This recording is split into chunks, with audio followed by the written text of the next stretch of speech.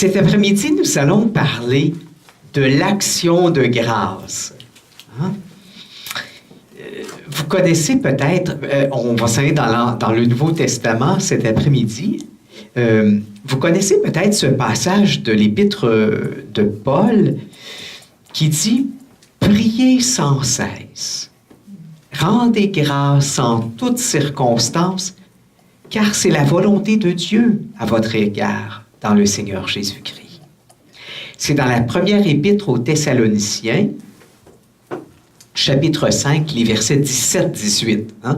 Il dit « Priez sans cesse, rendez grâce en toutes circonstances, car c'est la volonté de Dieu à votre égard dans le Seigneur Jésus-Christ. » Puis, dans l'Épître aux Philippiens, il dit quelque chose de semblable. Il dit « Ne soyez inquiètes de rien, mais en toute occasion, par la prière, la supplication, accompagnée d'actions de grâce, faites connaître vos demandes à Dieu. » C'est dans Philippiens 4, 6. Pour parler de l'action de grâce, Paul emploie le verbe grec eucharistène. Eucharistène.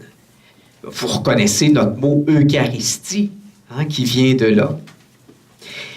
Mais essayons de comprendre qu'est-ce que c'est l'action de grâce pour Saint Paul. Pour Saint Paul, l'action de grâce, ça vient du fait d'avoir reconnu l'action de Dieu. Ah, dans telle circonstance, j'ai vu Dieu à l'œuvre. Alors, je rends grâce. Que ce soit dans ma vie, que ce soit dans une situation qui est arrivée, que ce soit dans la vie de quelqu'un auprès de qui je suis intervenu. Alors, l'action de grâce, là, ça part du fait d'avoir été témoin que Dieu est agissant. Puis la réponse qu'on a à donner à ça, c'est de rendre grâce. Je rends grâce parce que j'ai vu que Dieu a agi dans telle ou telle circonstance. Eh bien, cet après-midi, pour creuser la question de l'action de grâce, nous allons aller dans un passage de la première épître aux Thessaloniciens. La première épître aux Thessaloniciens. Et c'est facile, cet après-midi, on va se pencher ensemble sur le début de la lettre aux Thessaloniciens. Les versets 2 à 10. Donc, la première épître aux Thessaloniciens, les versets 2 à 10. Mais avant de à se pencher verset par verset sur ce passage-là, je voudrais vous dire quelques mots du contexte d'écriture de la lettre. Ça va nous aider d'autant plus à en profiter puis à comprendre. Le pauvre Paul, il a été obligé de quitter en toute vitesse Thessalonique à cause de persécutions, à cause de graves persécutions contre lui. Et il est obligé de quitter la communauté avant d'avoir fini de les évangéliser, avant d'avoir fini d'affermir la communauté. Alors, Paul est très inquiet, parce que comme il n'a pas eu le temps de finir son œuvre d'évangélisation avec les Thessaloniciens, il a peur d'avoir travaillé pour rien, puis il a peur que ces gens-là abandonnent la foi. Alors, comme il est très inquiet à leur sujet, il décide d'envoyer un espion. Hein, il décide d'envoyer quelqu'un voir qu'est-ce qui se passe, parce qu'il tient un peu en place. Il envoie un émissaire. Il envoie Timothée. Et Timothée revient avec d'excellentes nouvelles. Non seulement les Thessaloniciens tiennent bon dans la foi, ils persévèrent, mais en plus, il y a plein de beaux fruits d'évangile dans cette communauté-là. Alors, Paul est tout heureux et il leur écrit la première épître aux Thessaloniciens. Vous savez que Paul, dans à peu près toutes ses lettres, il les débute par une action de grâce, sauf l'épître aux Galates parce qu'il est trop fâché contre eux autres. Mais dans l'action de grâce qui débute l'Épître aux Thessaloniciens, elle est particulièrement longue et développée parce que Paul est tellement content de savoir que les Thessaloniciens persévèrent dans la foi. Et je ne sais pas si vous saviez ça, mais la première épître aux Thessaloniciens, c'est le plus vieux document chrétien que nous ayons. Nous n'avons aucun écrit d'un chrétien ou d'une chrétienne plus ancienne que la première épître aux Thessaloniciens. Elle a été écrite à l'hiver 51-52, alors que Jésus était mort en avril 30, donc seulement environ 20 ans après la mort et la résurrection de Jésus. Alors moi, je trouve ça émouvant chaque fois que je me penche sur ce passage-là, parce que c'est le témoignage le plus ancien de l'existence de la foi chrétienne. Alors, débutons notre passage. Je vais lire tout de suite les versets 1 et 2. Paul, Sylvain et Timothée, à l'Église des Thessaloniciens qui est en Dieu le Père et dans le Seigneur Jésus-Christ, à vous grâce et paix. Nous rendons continuellement grâce à Dieu pour vous tous quand nous faisons mention de vous dans nos prières, sans cesse. Bon, avant de rendre grâce pour tel ou tel comportement des Thessaloniciens, nous voyons que c'est d'abord pour les Thessaloniciens eux-mêmes que Paul rend grâce. Et ça, c'est révélateur du lien que Paul a avec les Thessaloniciens. Puis vous autres qui êtes des missionnaires, vous devez comprendre ça. Hein? Quand on va en mission quelque part, on s'attache aux personnes. Hein? On les aime. Puis quand on part, c'est pas facile de partir. Puis c'est pas parce qu'on part qu'on arrête de les aimer. N'est-ce pas? Oui. Ben, c'est ça que Paul vit. Puis remarquez aussi que le mot prière est au pluriel, si votre Bible est bien traduite. Alors, ça donne à penser que Paul prie souvent, que son action de prier, elle est fréquente. Et ce que Paul affirme, c'est que même s'il est parti, les Thessaloniciens, ils sont toujours présents à son cœur, puis ils sont présents à ces fréquentes actions de grâce qu'il adresse à Dieu pour eux. Alors, dans ce premier verset que nous examinons ensemble, le verset 2, Paul et ses compagnons donnent un témoignage important sur la prière. Ils témoignent qu'ils prient sans relâche, puis ajoutent à tout moment. Puis c'est même... c'est cette même persévérance dans la prière que les Thessaloniciens sont invités à adopter, puis nous autres aussi. Voyez-vous, dans le fond, Paul et ses compagnons, ils invitent leurs auditeurs, leurs lecteurs, à être au même diapason qu'eux autres, puis à devenir, eux autres aussi, des gens de prière. Et nous sommes invités, nous autres aussi, à apprendre à avoir cette attitude d'action de grâce. Nous sommes invités à faire même en sorte que ça devienne comme une deuxième nature. Prenons le verset 3. Nous gardons le souvenir de votre foi active, de votre amour qui se met en peine, et de votre persévérante espérance en notre Seigneur Jésus-Christ devant Dieu notre Père. Dans ce verset 3, nous sont dévoilés les 3 premiers motifs d'action de grâce de Paul. Et je ne sais pas si ça vous frappe, mais nous avons ici la plus ancienne attestation écrite que nous ayons de la fameuse triade, la foi, la charité, l'espérance. C'est ici qu'on trouve ça pour la première fois. Alors, examinons chacune de ces 3 expressions-là, qui sont 3 motifs d'action de grâce pour Paul. Tout d'abord, il rend grâce parce que les Thessaloniciens, dit-il, ont une foi active. Ou on pourrait traduire pour l'œuvre de votre foi. Hein? Si on traduit le grec, là, on peut traduire l'œuvre de votre foi. C'est que pour Paul, la foi, c'est pas seulement une affaire intellectuelle. Avoir la foi, c'est pas juste croire à telle annonce, c'est pas seulement croire à tel aspect du credo. Non, la foi, ça amène à engager toute notre vie. Hein? Ça amène des façons d'agir, ça amène des choix, mais aussi des renoncements.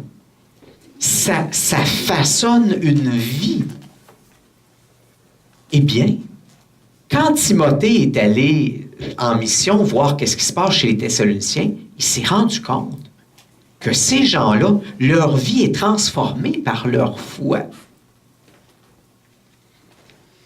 Et Paul, il se dit que ça, c'est pas possible sans l'action de Dieu. C'est le signe que Dieu est agissant chez eux.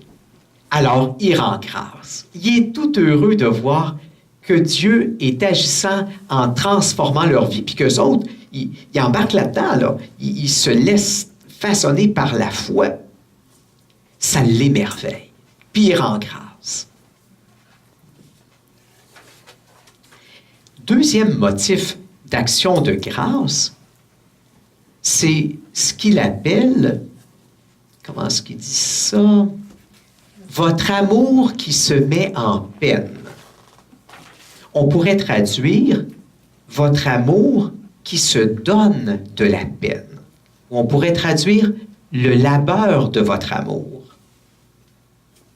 Paul a entendu dire par Timothée, qui est revenu, que l'amour de charité des Thessaloniciens, c'est remarquable.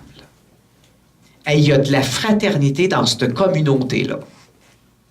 Puis on comprend que ça réjouisse énormément Paul, parce que pour Paul, l'agapé, hein, c'est le mot agapé que Paul utilise, l'agapé, c'est la dimension la plus importante de la vie d'un disciple de Jésus-Christ. C'est ça qui est la couleur propre à un disciple de Jésus-Christ. C'est d'avoir de l'agapé. D'ailleurs, dans son épître aux Galates, il dit que c'est le premier fruit de l'Esprit Saint. Qu'est-ce que c'est l'agapé? L'agapé, c'est pas un sentiment amoureux, ou c'est pas juste une amitié naturelle ou une affinité pour quelqu'un. Non, non. L'agapé, c'est le choix de faire du bien à l'autre, de me donner à l'autre, que ça me tente ou pas, que l'autre me soit sympathique ou pas. Hein?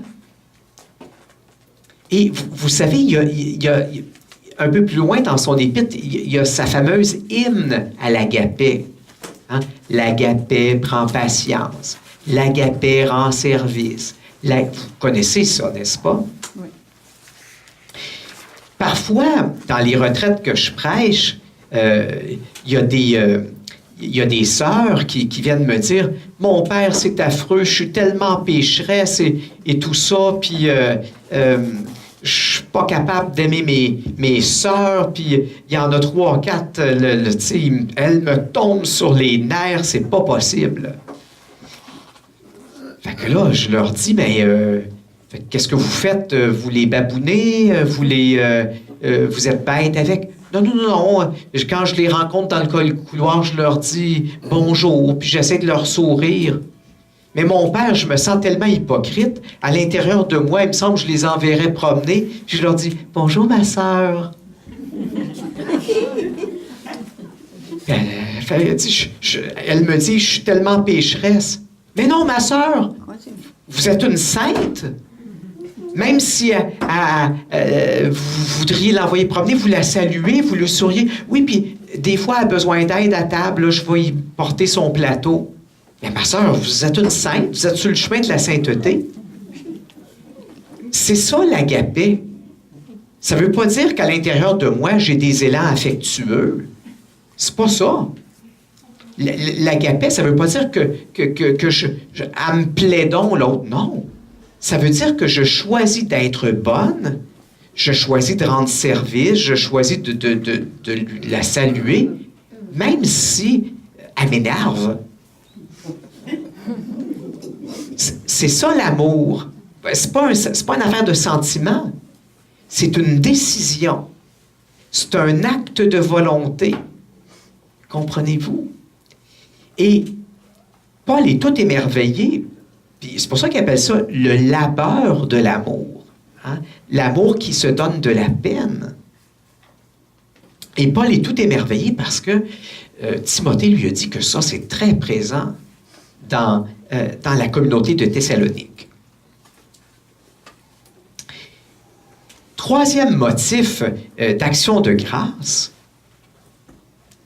Paul appelle ça la persévérance de votre espérance du Seigneur. La persévérance de l'espérance. Alors, qu'est-ce que Paul entend exactement par l'espérance? Bien, l'espérance, pour Paul, c'est l'attitude qui consiste à attendre le retour du Seigneur dans la gloire. Hein? D'attendre que le Seigneur revienne. Puis vous savez qu'on souligne ça à chaque Eucharistie, à l'anamnèse. Hein? Nous célébrons ta mort, Seigneur Jésus. Comment est-ce qu'on dit ça? Il est grand le mystère de la foi. Nous proclamons ta mort, Seigneur Jésus. Nous célébrons ta résurrection. Nous attendons ta venue. Alors, c'est ça l'espérance. Nous attendons ta venue dans la gloire.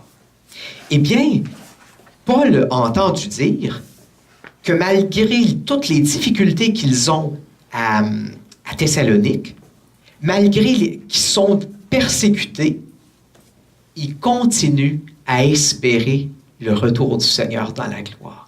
Ils tiennent bon dans l'attente, la réalisation de cette promesse du Seigneur Jésus. Ils continuent à avoir confiance en ce que Jésus a promis. Ben, Paul trouve que c'est pas possible de tenir bon comme ça dans l'espérance si on n'est pas travaillé par l'Esprit Saint. Il s'en émerveille et il rend grâce.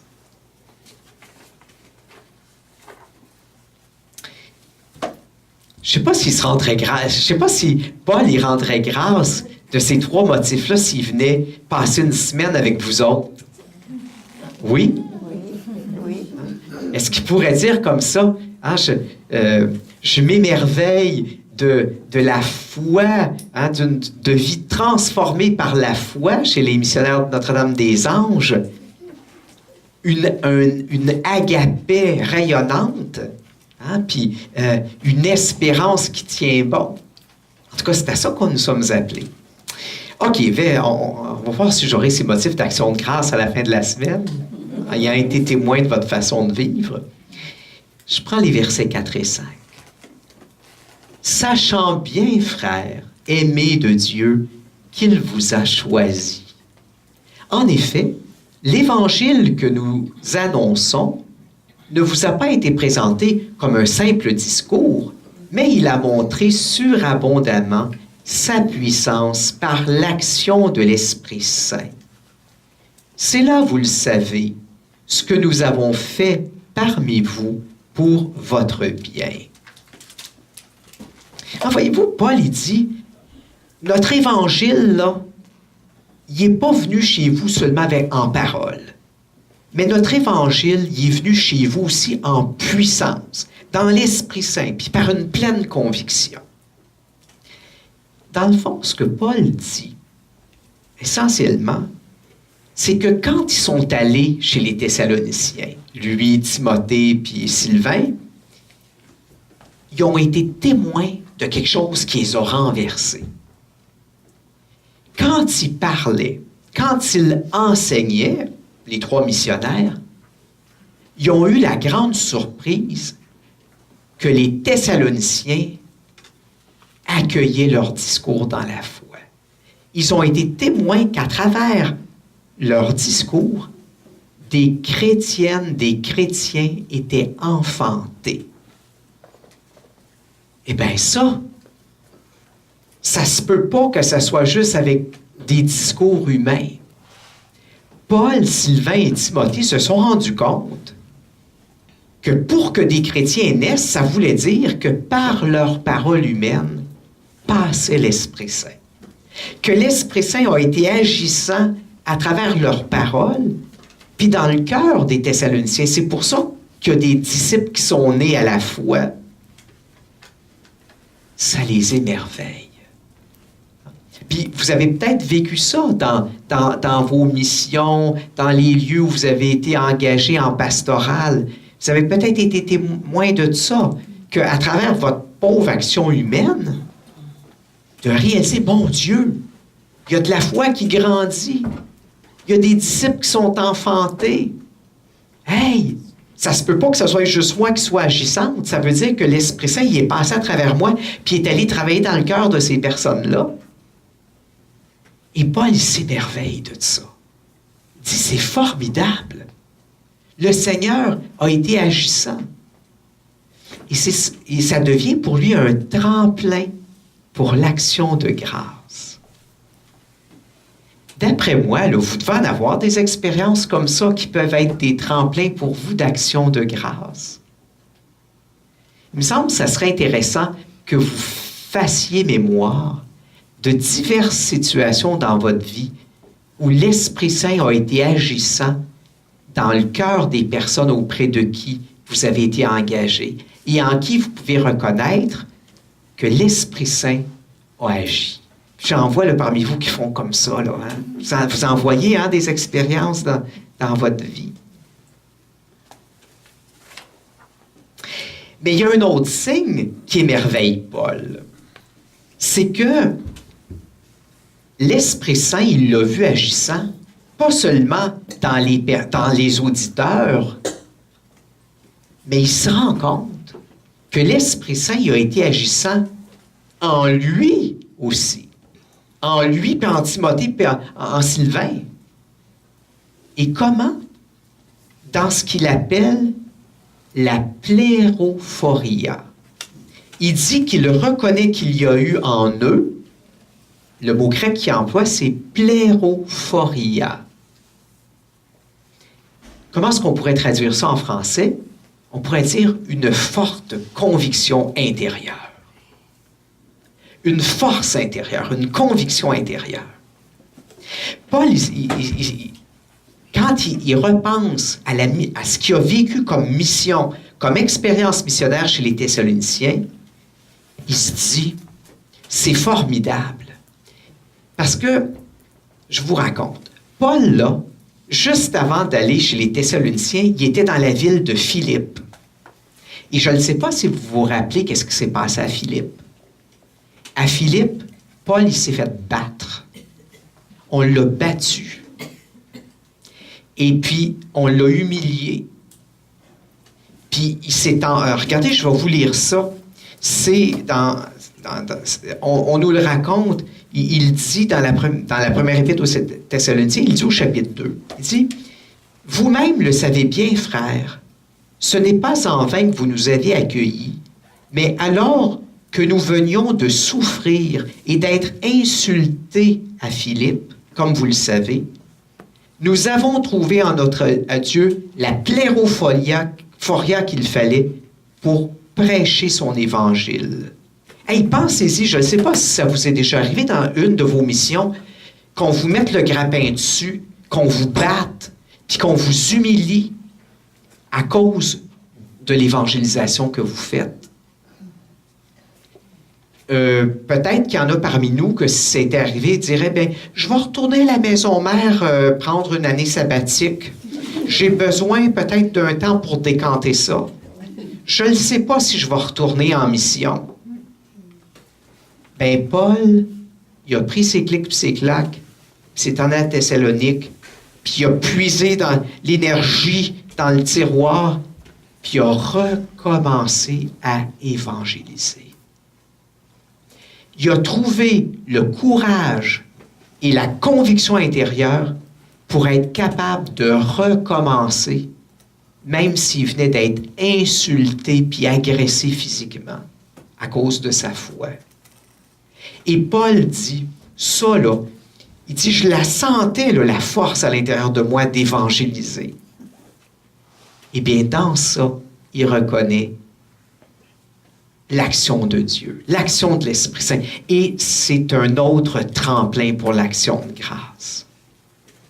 Vous n'avez peut-être pas été battu, je ne le sais pas, je ne connais pas votre situation, mais vous l'avez probablement déjà fait, cette expérience d'avoir de la force intérieure pour évangéliser, pour parler du Seigneur, pour parler de l'Évangile.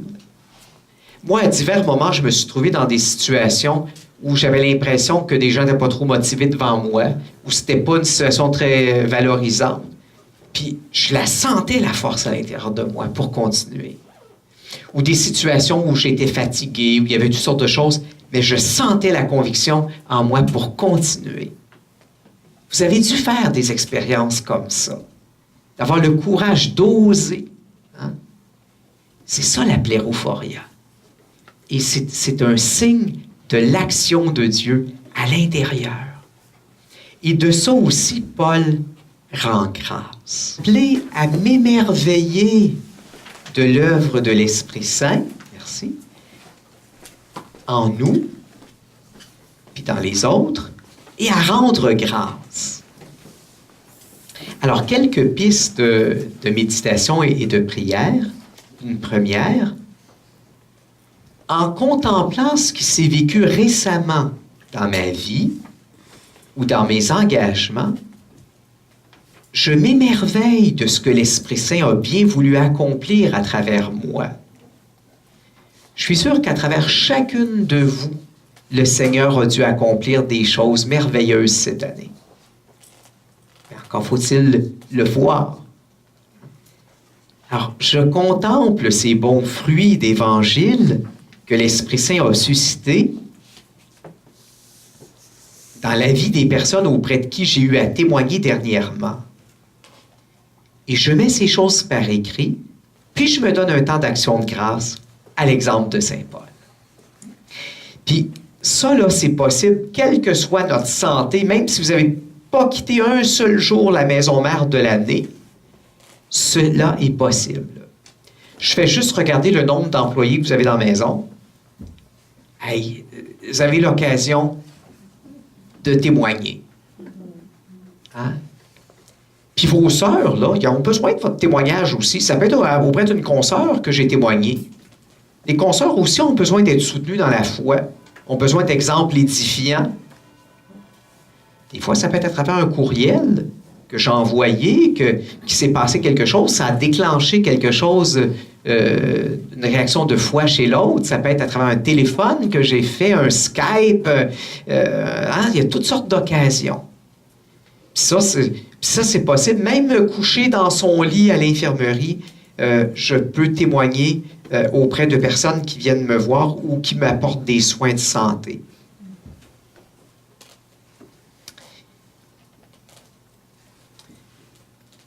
Et en voyant ce que j'ai pu produire, ce que l'Esprit Saint a pu susciter à travers moi pour quelqu'un d'autre, ben, je vous propose d'en faire des tremplins pour plonger dans l'action de grâce, hein, comme l'a fait Paul.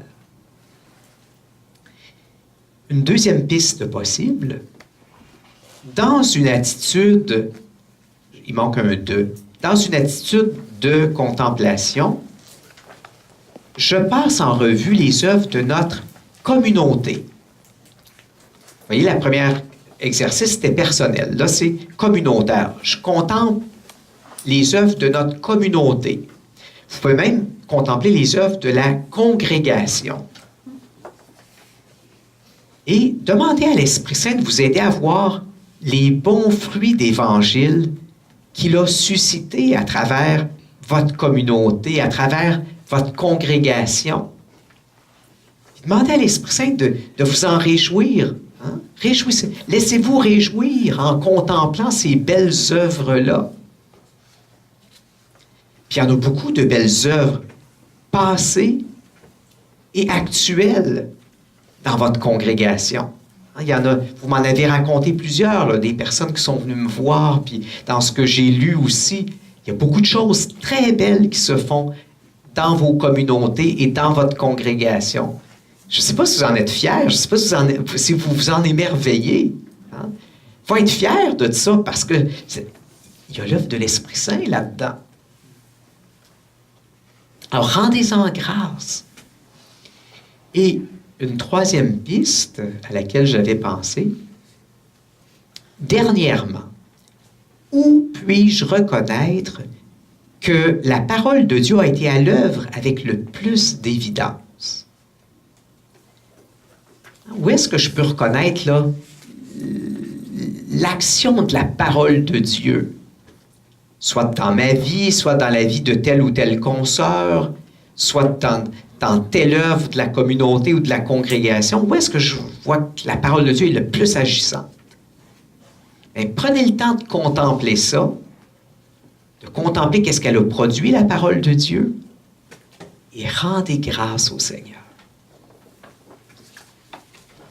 Puis, vous vous rappelez de où on est parti cet après-midi. On est parti de cette phrase de Paul qui dit « Priez sans cesse, rendez grâce en toutes circonstances, car c'est la volonté de Dieu à votre égard. » C'est ça que Dieu veut, que vous rendiez grâce. Écoute, Dieu t'appelle encore.